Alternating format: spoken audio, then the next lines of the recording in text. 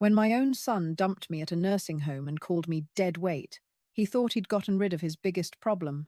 But he had no idea I was about to become his worst nightmare. What he discovers 6 months later will make him realize that underestimating a mother's love was the costliest mistake of his entire life. But will my revenge destroy him completely, or give him the lesson he desperately needs? My son's words still echo in my head 3 days later, as I sit in this sterile nursing home room, staring at walls the color of old teeth. "You're dead weight, Mama Elena," he had said, and those words cut deeper than any knife ever could.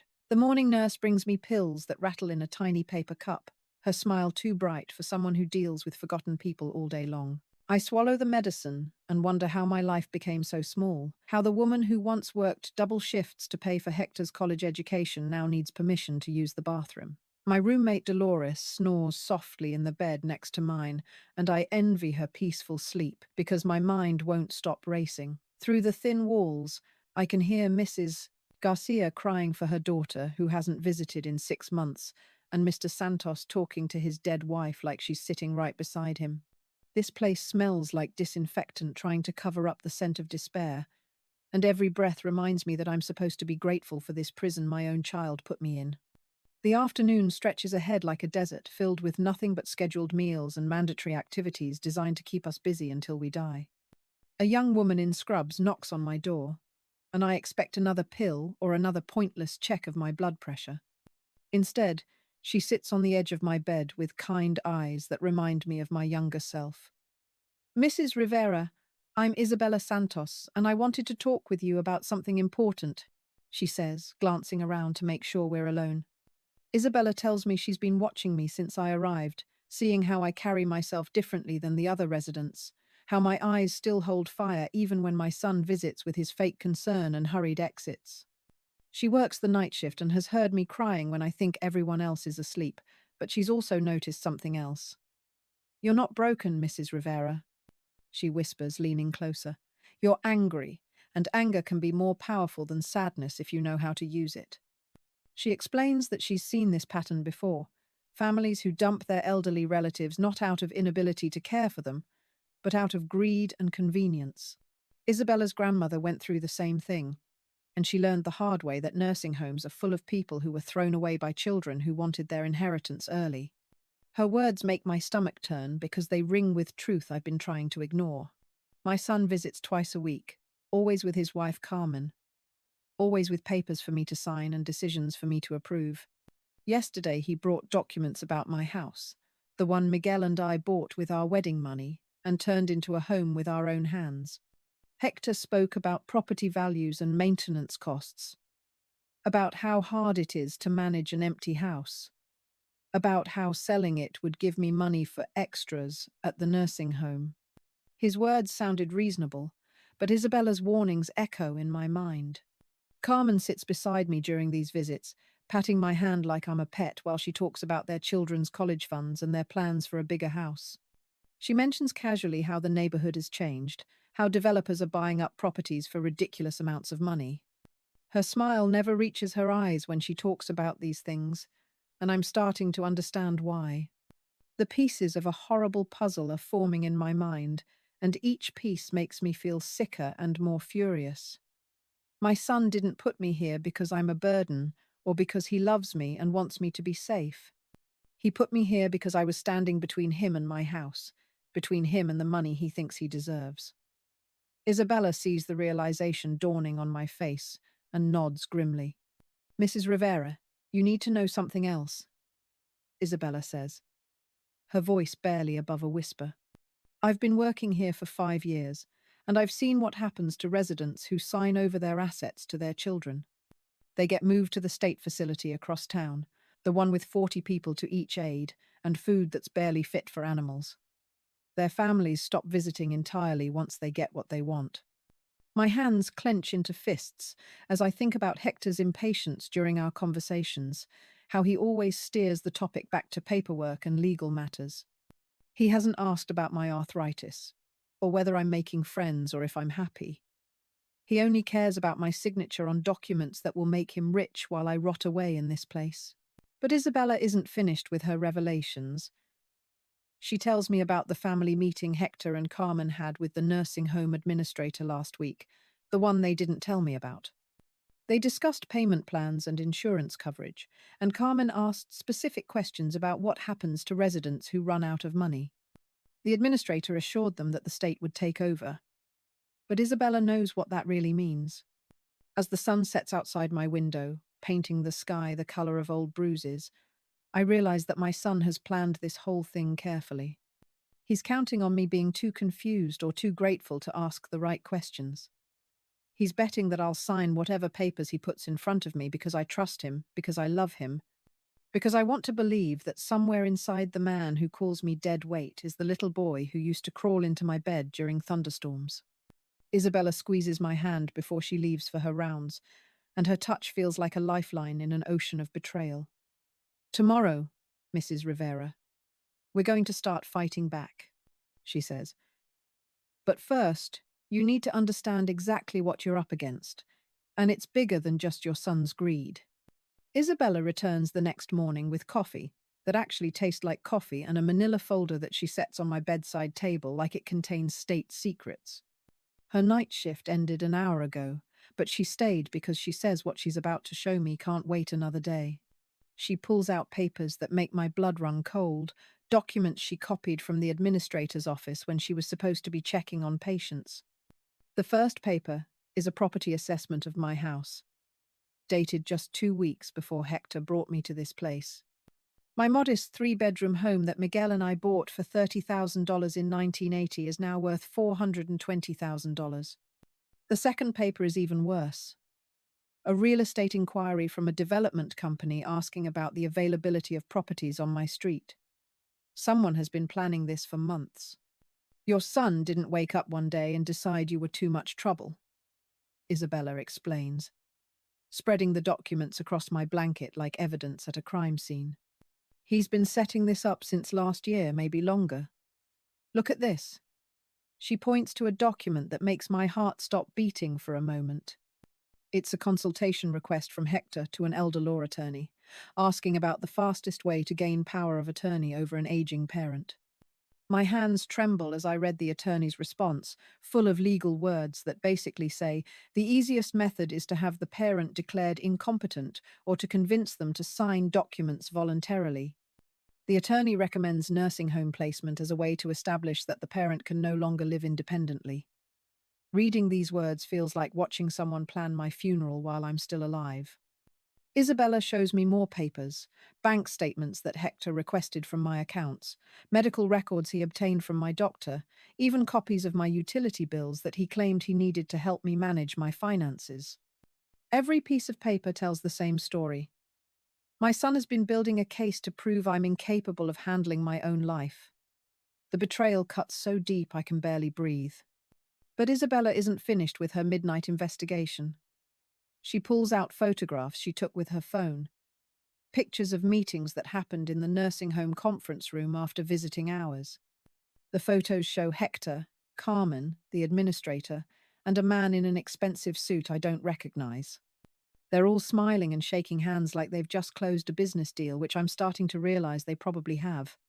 Mrs. Rivera, that man in the suit is David Chen from Pacific Development Group, Isabella says, pointing to the stranger in the photographs. They're the company that's been buying up houses in your neighborhood for the past 2 years. They don't just want your house. They want your entire block for a shopping complex. My mind reels as I understand the scope of this conspiracy. My son isn't just stealing from me. He's helping developers destroy the neighborhood where I raised my children and buried my husband. The corner store where I bought groceries for 40 years, the park where Hector learned to ride his bicycle, the church where Miguel and I were married. All of it will be bulldozed for another soulless strip mall. Isabella's voice becomes urgent as she explains what she learned from eavesdropping on phone calls. Conversations. Pacific Development has been offering homeowners in my area prices they can't refuse, but my house sits right in the middle of their planned construction site. Without my property, their entire project falls apart. That's why Hector was so eager to get me out of the way. The morning nurse appears in my doorway for the daily medication check, and Isabella quickly shuffles the papers back into her folder. We smile and nod, like we've been discussing the weather, but my mind is spinning with rage and determination. After the nurse leaves, Isabella leans close and whispers the words that will haunt my son for the rest of his life. Mrs. Rivera, I know a lawyer who specializes in elder abuse cases, she says. But more importantly, I know a reporter who's been investigating nursing home fraud and family financial abuse. Your story could help dozens of other families who are going through the same thing. She pauses, studying my face carefully. The question is, how far are you willing to go to fight back? I think about Miguel's hands as he painted our kitchen walls, about the garden we planted together behind the house, about the Christmas mornings when Hector was small and the world seemed full of possibilities. Then I think about my son's cold eyes as he signed the nursing home admission papers, about Carmen's fake sympathy, about the stack of legal documents waiting for my signature.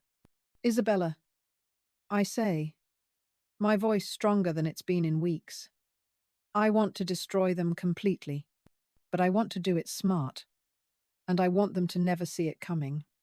She smiles, and for the first time since I arrived at this place, I feel like I might actually have a chance at justice. Isabella explains that her lawyer friend, Maria Santos, specializes in cases where families manipulate elderly relatives into giving up their assets. Maria has been looking for a case that would grab public attention and expose how common this type of abuse really is. My situation, with the development company connection and the nursing home conspiracy, could be exactly what she needs. But Isabella warns me that fighting back won't be easy or quick. Hector and Carmen will claim they're acting in my best interest, and they have documents that make their case look legitimate. The nursing home will support their version of events because they're being paid well to keep me here and keep me compliant. The developers have lawyers and money and political connections that I can't match. However, Isabella has something they don't expect: documentation of their real plans and proof of their conspiracy.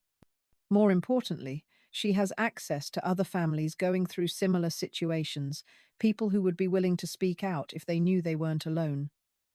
Mrs. Rivera, you wouldn't just be fighting for yourself, she says.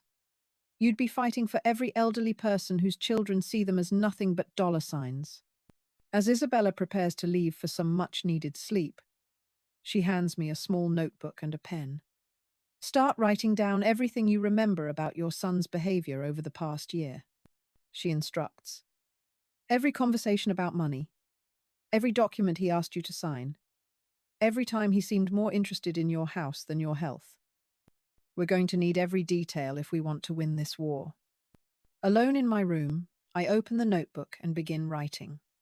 The words flow like water breaking through a dam, 43 years of memories and 3 days of devastating revelations combining into a story that will either save me or destroy what's left of my family.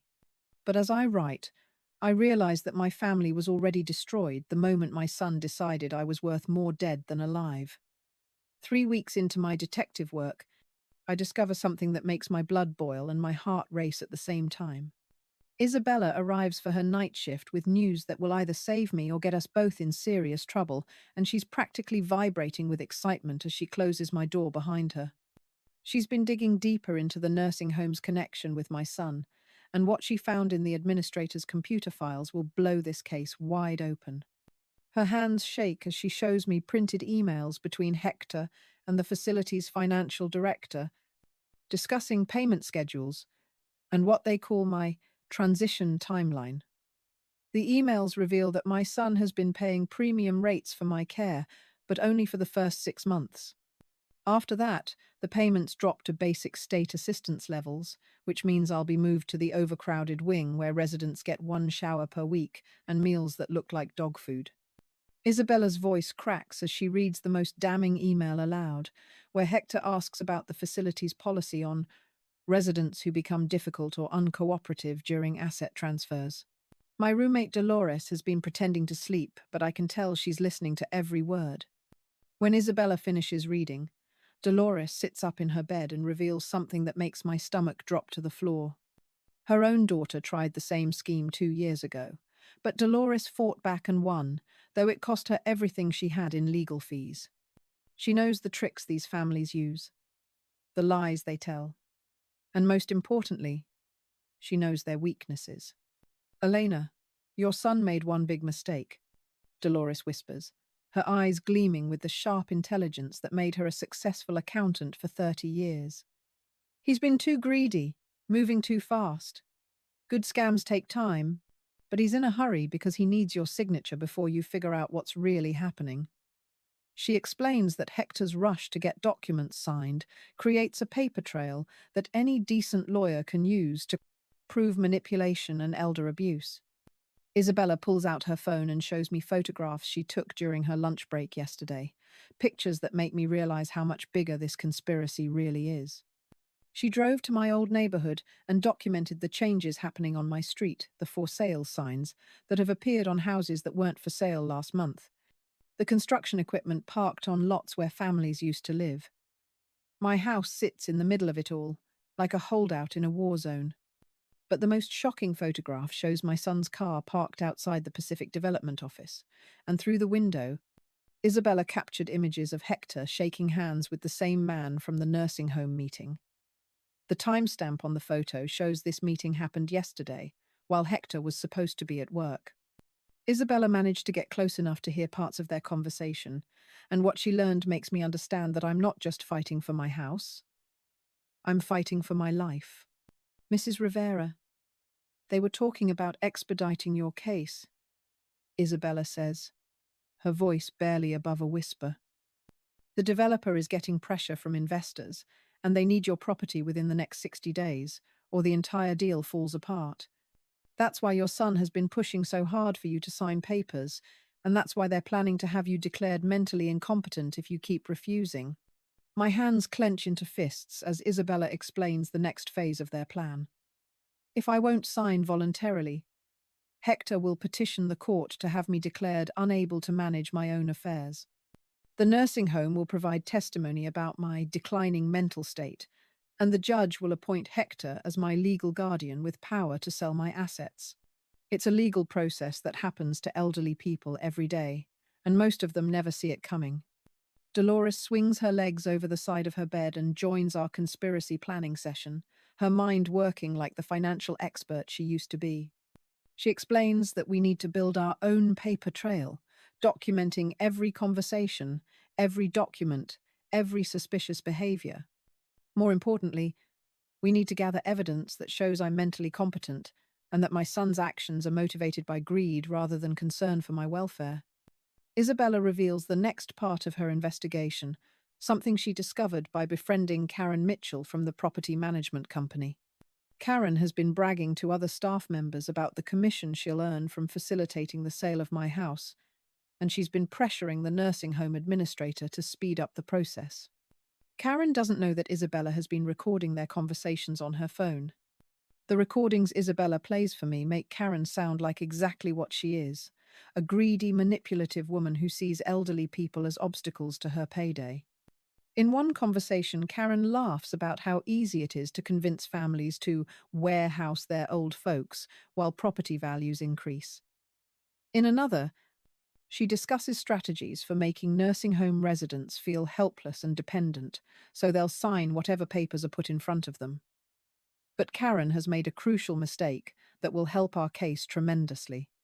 She's been coordinating directly with Hector without going through proper legal channels, creating evidence of conspiracy that any prosecutor would love to have.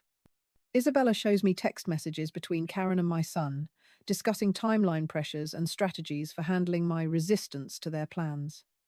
These messages prove that my placement in the nursing home was part of a calculated scheme rather than a loving son's concern for his mother's safety. Dolores helps me understand the financial implications of what they're trying to do, walking me through the numbers that show how much money is at stake. My house alone is worth over $400,000, but as part of the development project, my lot could be worth even more.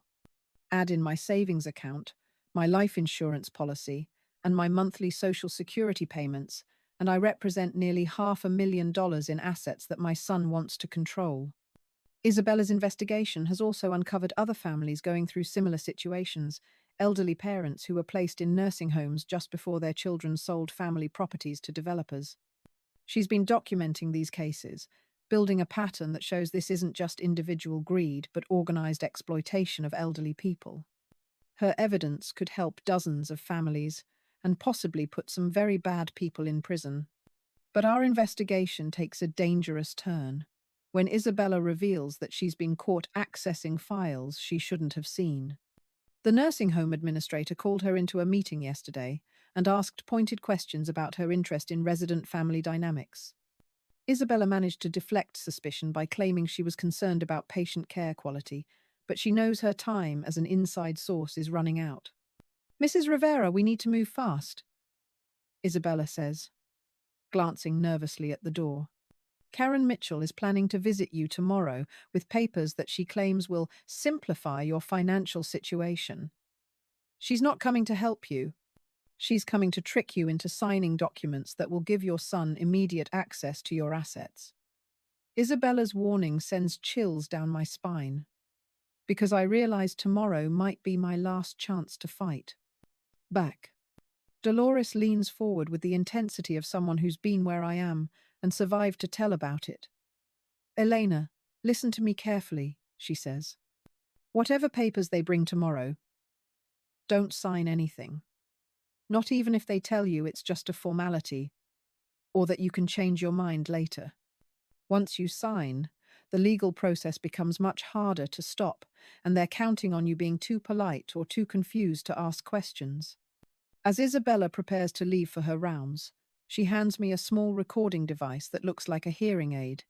Tomorrow, when Karen arrives with her papers and her fake smile, every word will be captured as evidence. Isabella also gives me a phone number written on a piece of paper smaller than a postage stamp. "If something happens to me," she whispers, "call this number and ask for Maria Santos. Tell her you're the Elena Rivera case, and she'll know exactly what to do." Lying in my narrow nursing home bed, staring at the ceiling tiles that have water stains shaped like storm clouds, I realize that tomorrow will determine whether I spend my remaining years as a free woman or as a prisoner in my own life. Karen Mitchell thinks she's dealing with a helpless old lady who will crumble under pressure, but she's about to learn that some people get stronger when they're pushed too far. Karen Mitchell arrives at exactly 10 in the morning, her high heels clicking against the nursing home's linoleum floors like a countdown to my destruction. She's carrying a leather briefcase that probably costs more than most people's monthly rent, and her smile is so bright it could blind someone if they looked directly at it. I'm sitting in the common room pretending to watch television, but really I'm studying every detail of her approach, the way she talks to the staff, the confidence in her voice that says she's done this many times before. Isabella isn't working today, which makes me nervous, but she prepared me well for this moment. The tiny recording device in my sweater pocket feels like it weighs 100 pounds, and I keep touching it to make sure it's still there. Karen approaches me with the kind of enthusiasm usually reserved for lottery winners, her voice carrying across the room as she announces that she has wonderful news about my property situation. "Mrs. Rivera, I hope you're feeling better today," Karen says, settling into the chair beside me with practiced ease. "I've been working very hard on your case, and I think we found the perfect solution for your housing situation." She opens her briefcase with the ceremony of someone unveiling a masterpiece, pulling out documents that she spreads across the coffee table like she's dealing cards in a game where I don't know the rules. Karen's explanation of the papers sounds reasonable at first, full of phrases like streamlined process and maximum benefit for your family. She points to signatures, lines, and initials boxes, her manicured finger dancing across legal language that might as well be written in a foreign language. But I've been preparing for this moment for weeks, and I know that reasonable-sounding explanations are how predators catch their prey. My first surprise comes when I start asking questions that Karen clearly doesn't expect from someone she considers a confused old woman. "Can you explain exactly how much money my son will receive from this sale?" I ask. watching her face carefully for reactions. Karen's smile falters for just a moment before she recovers, launching into a explanation about market values and closing costs that doesn't actually answer my question. Mrs. Rivera, these details are quite complex, Karen says, her voice taking on a slightly patronizing tone. That's why it's so important to let the professionals handle everything. Your son Hector has your best interests at heart, and he's worked very hard to arrange this beneficial agreement. She slides the first document toward me, pointing to a signature line with her perfectly polished fingernail. But I don't pick up the pen she's offering. Instead, I ask another question that makes Karen's eye twitch almost imperceptibly. Why does this sale have to happen so quickly? My house has been in my family for over 40 years, and now suddenly everything needs to be signed today. Karen's explanation about market timing and buyer interest sounds rehearsed, like she's given this same speech to other families in other nursing homes. The tension in the room increases when I point out inconsistencies in her paperwork, details that don't match what Hector told me during his visits. Karen's friendly demeanor starts cracking around the edges as she realizes that I'm not the easy target she expected. She glances around the common room nervously, probably wondering if other residents are listening to our conversation. Mrs. Rivera, I sense some hesitation, Karen says, leaning closer with fake concern oozing from every pore. That's completely natural. Many people feel overwhelmed by financial decisions, especially at your age. But you have to trust that your family knows what's best for you. Her words are designed to make me feel small and incompetent, but they have the opposite effect. Instead of intimidation, I feel anger building in my chest, like a fire that's been fed fresh oxygen. Karen's next tactic is to create urgency by claiming that other buyers are interested in my property and that this offer might disappear if I don't act immediately. She talks about market volatility and the risks of waiting, painting a picture of financial disaster if I don't sign her papers right now. But Isabella warned me about these pressure tactics, and I recognize them for what they are. Lies designed to panic me into making a decision I'll regret for the rest of my life. My second surprise comes when I tell Karen that I want my own lawyer to review the documents before I sign anything. Her reaction is immediate and telling. The mask of professional courtesy slips completely, and for a moment, I see the predator underneath. Mrs. Rivera, that's really not necessary, she says quickly. These are standard forms, and bringing in outside attorneys will just complicate things and cost you money you don't need to spend. But I insist on legal representation, and Karen's desperation becomes obvious as she tries every argument she can think of to change my mind. She talks about attorney fees eating into my profits, about delays that could cost me the sale, about how family lawyers are expensive and unnecessary for simple transactions. Her increasing agitation tells me that my refusal to sign is threatening something much bigger than just this one property deal. Karen's true nature emerges when I stand up and announce that I'm done with this meeting until I can have my own lawyer present. She grabs my arm harder than necessary, her fingertails digging into my skin as she tries to force me back into my chair. Mrs. Rivera, you're making a serious mistake, she hisses, her voice dropping to a whisper that other residents can't hear. Your son has gone to a lot of trouble to arrange this, and he's not going to be happy if you mess it up. The threat in her voice is unmistakable, and I realize that Karen Mitchell has just made the biggest mistake of her career. The recording device in my pocket has captured every word of her intimidation attempt, including her admission that my son is behind this pressure campaign. But Karen isn't finished with her threats, and what she says next will haunt her when this recording is played in court. You need to understand your situation, Mrs. Rivera, Karen continues, her grip on my arm tightening. You're in a nursing home because you can't take care of yourself anymore. Your son has legal options if you're not competent to make financial decisions, and those options don't require your cooperation.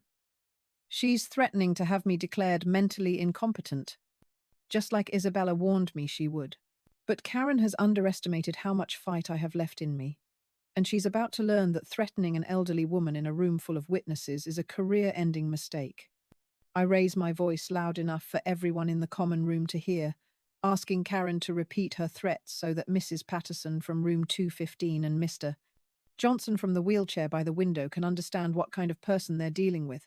The other residents start paying attention to our conversation, and Karen realizes that her intimidation tactics have backfired spectacularly. She tries to backtrack, claiming that I misunderstood her words, but the damage is already done.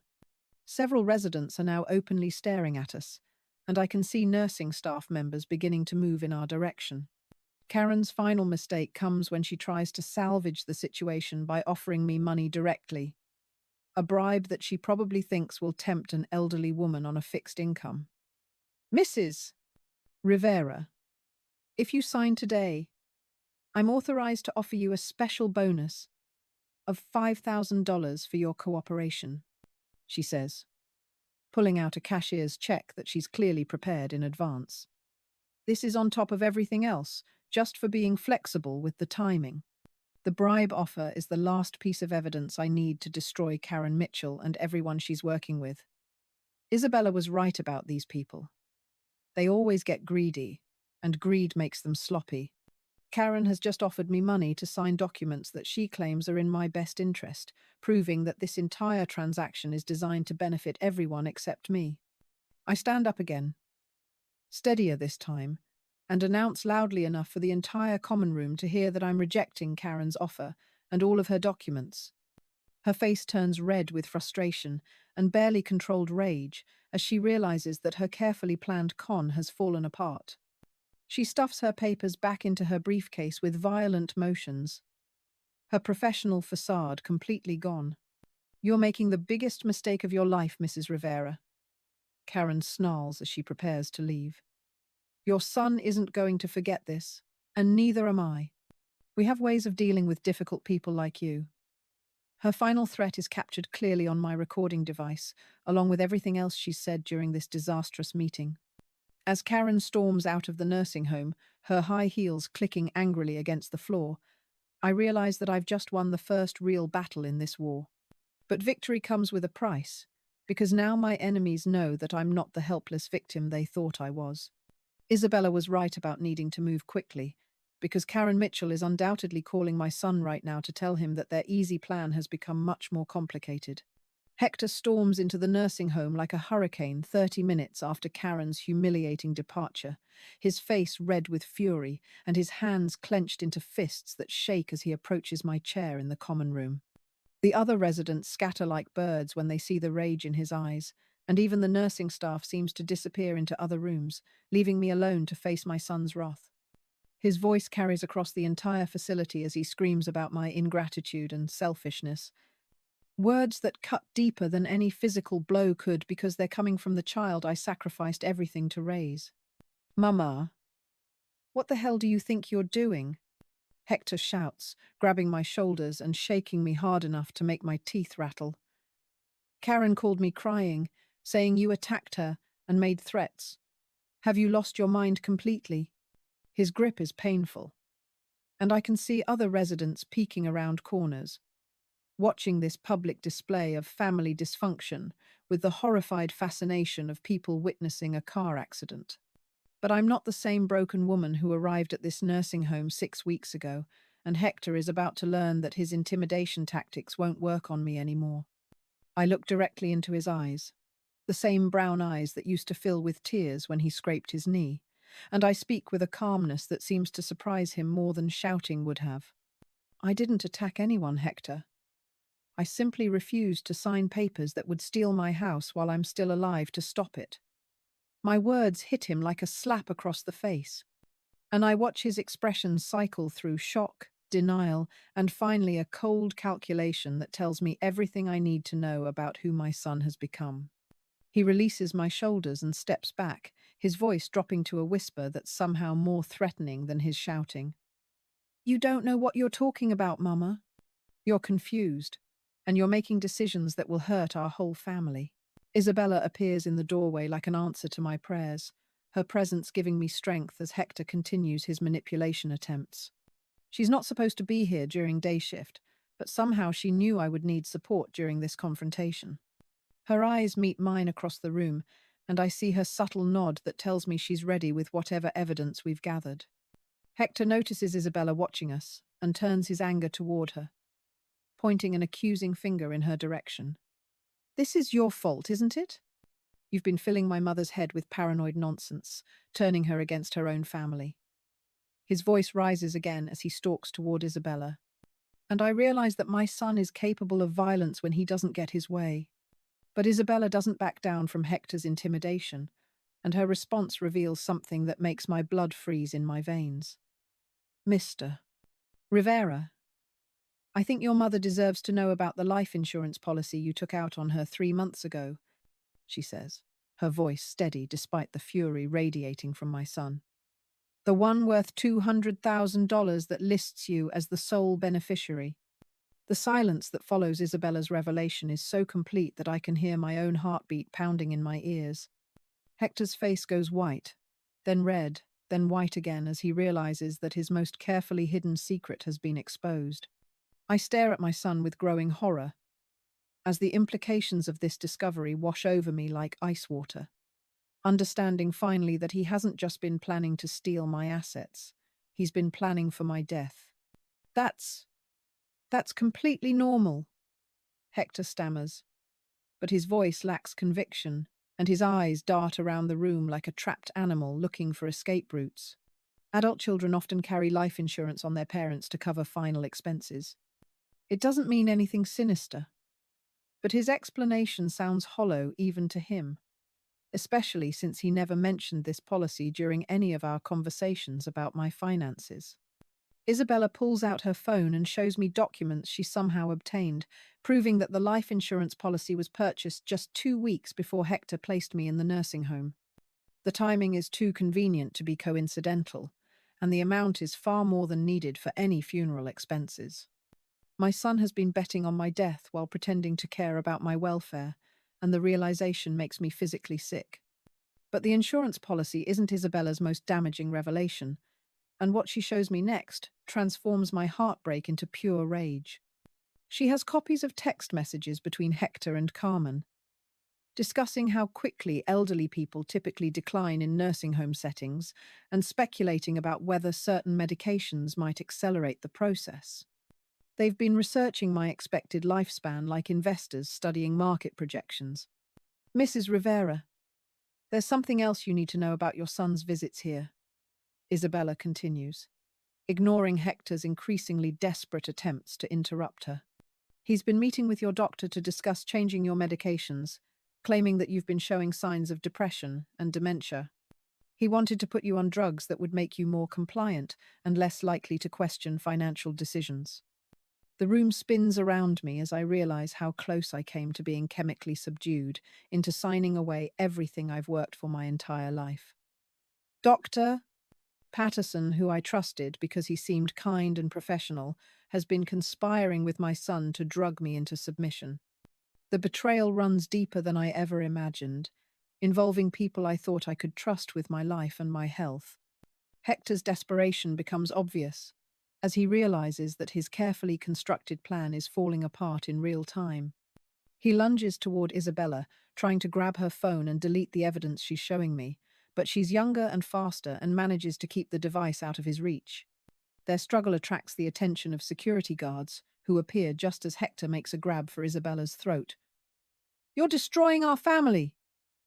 Hector screams as the security guards restrain him, his voice echoing through the nursing home corridors. "She's a senile old woman who doesn't understand what's best for her. I'm trying to protect her from herself." His words reveal the depth of his delusion, his genuine belief that stealing from me and planning my death somehow demonstrates love and concern. But Isabella has one more revelation that will haunt my nightmares for whatever time I have left on this earth. She shows me hospital records that Hector obtained weeks ago, medical information about my heart condition that I didn't even know existed.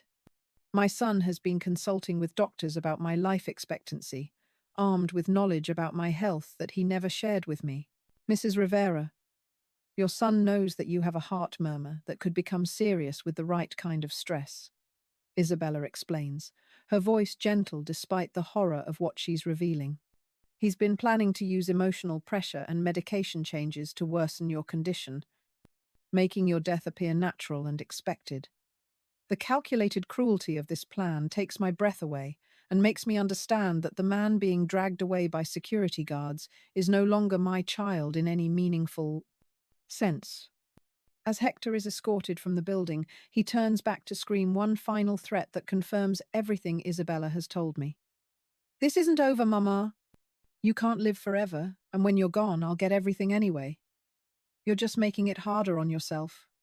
His words are captured by the security cameras and witnessed by dozens of residents and staff members, creating evidence that will destroy him in any legal proceeding. Isabella sits beside me as I try to process the magnitude of my son's betrayal, her presence a comfort in a world that suddenly feels completely unsafe. She explains that she's been working with lawyer Maria Santos for weeks, building a case that will not only protect me, but might send Hector and Karen Mitchell to prison for elder abuse and conspiracy to commit fraud. But the legal victory feels hollow when measured against the loss of my only child. Mrs. Rivera, I know this is devastating, Isabella says, taking my trembling hand in hers. But you need to understand that you've probably saved other families from going through this same nightmare. Your son and Karen Mitchell have done this before, and they would have kept doing it until someone was brave enough to fight back. Her words give me purpose beyond my own survival, the knowledge that my suffering might prevent other elderly people from being victimized by their own children. But Isabella's final revelation is the most shocking of all, something she discovered during her investigation that explains why Hector was so desperate to get control of my assets quickly. Pacific Development Group is facing bankruptcy, and their investors are demanding immediate returns on their property acquisitions. My house isn't just valuable, it's the keystone property that will determine whether the entire development project succeeds or fails. If Pacific Development can't complete their land purchases within the next 30 days, they'll lose their construction permits and their investor funding, Isabella explains. Your son wasn't just being greedy. He was being blackmailed by people who have millions of dollars at stake. This knowledge doesn't excuse Hector's actions, but it helps me understand why he was willing to risk everything, including my life, to get my signature on those documents. As night falls outside the nursing home windows, I realize that tomorrow will bring reporters, lawyers, and probably more threats from desperate people who have too much money invested in my destruction. Isabella promises to stay close and protect me, but we both know that cornered predators are the most dangerous kind. My son may be in custody tonight, but Karen Mitchell and the developers she works for are still free and still desperate to get their hands on my property.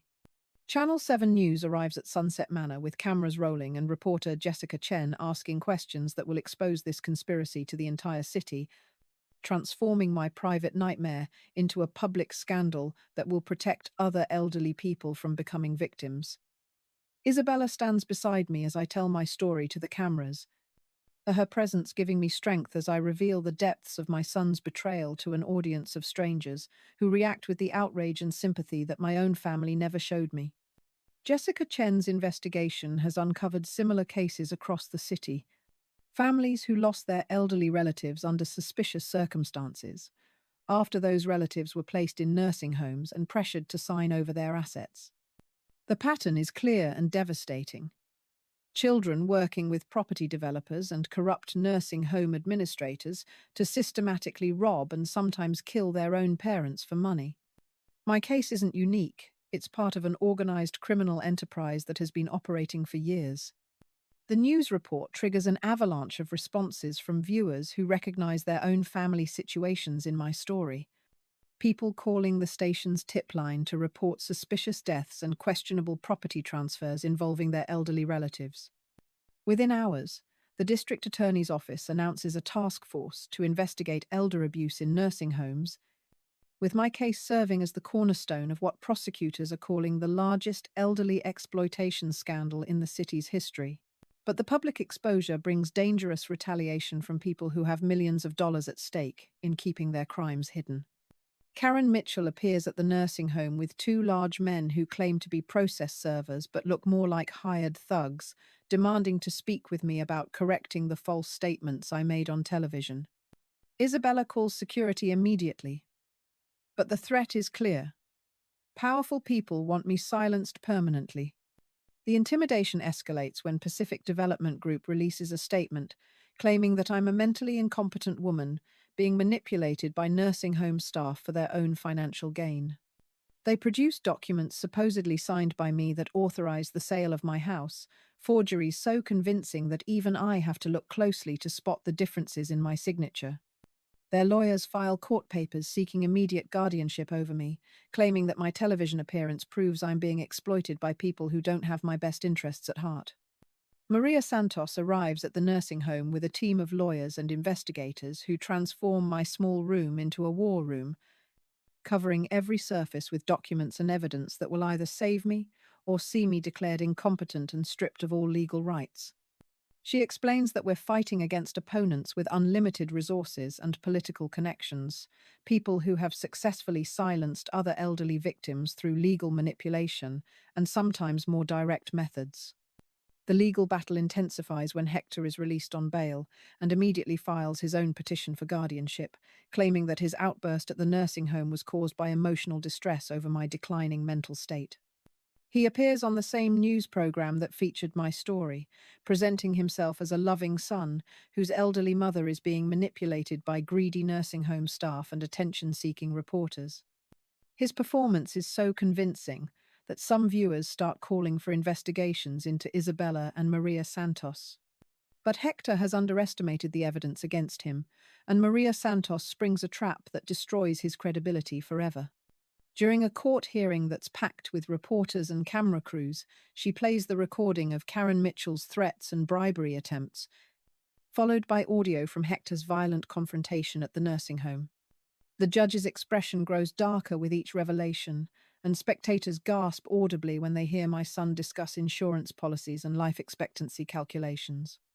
The courtroom drama reaches its climax when Maria Santos calls Isabella to the witness stand, and she reveals evidence that no one was expecting.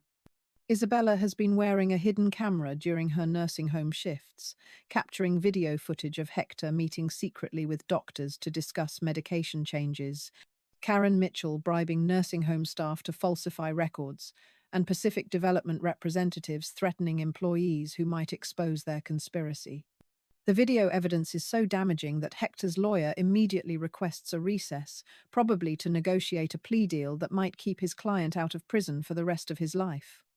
Karen Mitchell, watching from the gallery, tries to slip out of the courtroom, but finds herself surrounded by federal agents who arrest her on charges of elder abuse, conspiracy to commit fraud, and attempted murder. The organized crime unit has been building cases against the entire network, using my situation as the breakthrough they needed to bring down a criminal enterprise that has operated with impunity for years. Dr. Patterson, the physician who conspired to drug me into compliance, confesses to investigators in exchange for leniency, revealing details about how many elderly patients have been chemically subdued to facilitate asset transfers. His testimony implicates dozens of other medical professionals and nursing home administrators, exposing a corruption network that stretches across multiple facilities and has claimed hundreds of victims over the past decade. Pacific Development Group's CEO is arrested at his private airport as he attempts to flee the country with suitcases full of cash and hard drives containing evidence of their crimes. The company's collapse triggers investigations in other cities where they operated, revealing a national pattern of elderly exploitation that has generated hundreds of millions of dollars in illegal profits while destroying countless families. But my victory comes with a price that will haunt me for whatever years I have remaining. Hector receives a 20-year prison sentence for elder abuse, conspiracy, and attempted murder, and I realize that I'll probably die before he's released. The son I raised and loved and sacrificed everything for will spend his remaining healthy years behind bars, a consequence of choices that destroyed both of our lives in different ways. Isabella accepts a position with the Elena Rivera Foundation for Elderly Rights, an organization created with the settlement money from my lawsuit against Pacific Development Group and the Nursing Home Corporation. We work together to identify and protect other elderly people who are being victimized by their families, using the lessons learned from my case to prevent other parents from experiencing the betrayal that nearly killed me. The Foundation's first major victory comes when we help Mrs. Patterson from room 215 expose her daughter's attempt to sell the family farm for development money. Our second case involves Mr. Santos, whose son was slowly poisoning him with overdoses of heart medication while liquidating his savings account. Each successful intervention validates my decision to fight back instead of quietly accepting my destruction. 6 months after the trial's end, I'm still living at Sunset Manor by choice, rather than compulsion, surrounded by friends who understand the unique pain of being betrayed by the people who should love you most. We've created our own family among the forgotten and discarded, people who support each other because we know that blood relationships don't guarantee loyalty or love. My house sells for exactly what I wanted it to sell for, to a young family with children who will fill it with laughter and love instead of corporate greed and corruption. I watch from my nursing home window as they move in, seeing their excitement as they explore rooms where I raised my son and mourned my husband, and I know that some stories do have happy endings, even when they don't end the way we expected. But late at night, when the nursing home grows quiet and I'm alone with my thoughts, I sometimes wonder what would have happened if I had just signed those papers and accepted my fate. Would Hector be free right now, living in comfort, bought with my stolen money? Would I be dead? A convenient statistic in someone's profit calculation? The questions torment me because there are no good answers. Only the knowledge that sometimes the right choice destroys everything you thought you wanted while saving everything that actually matters.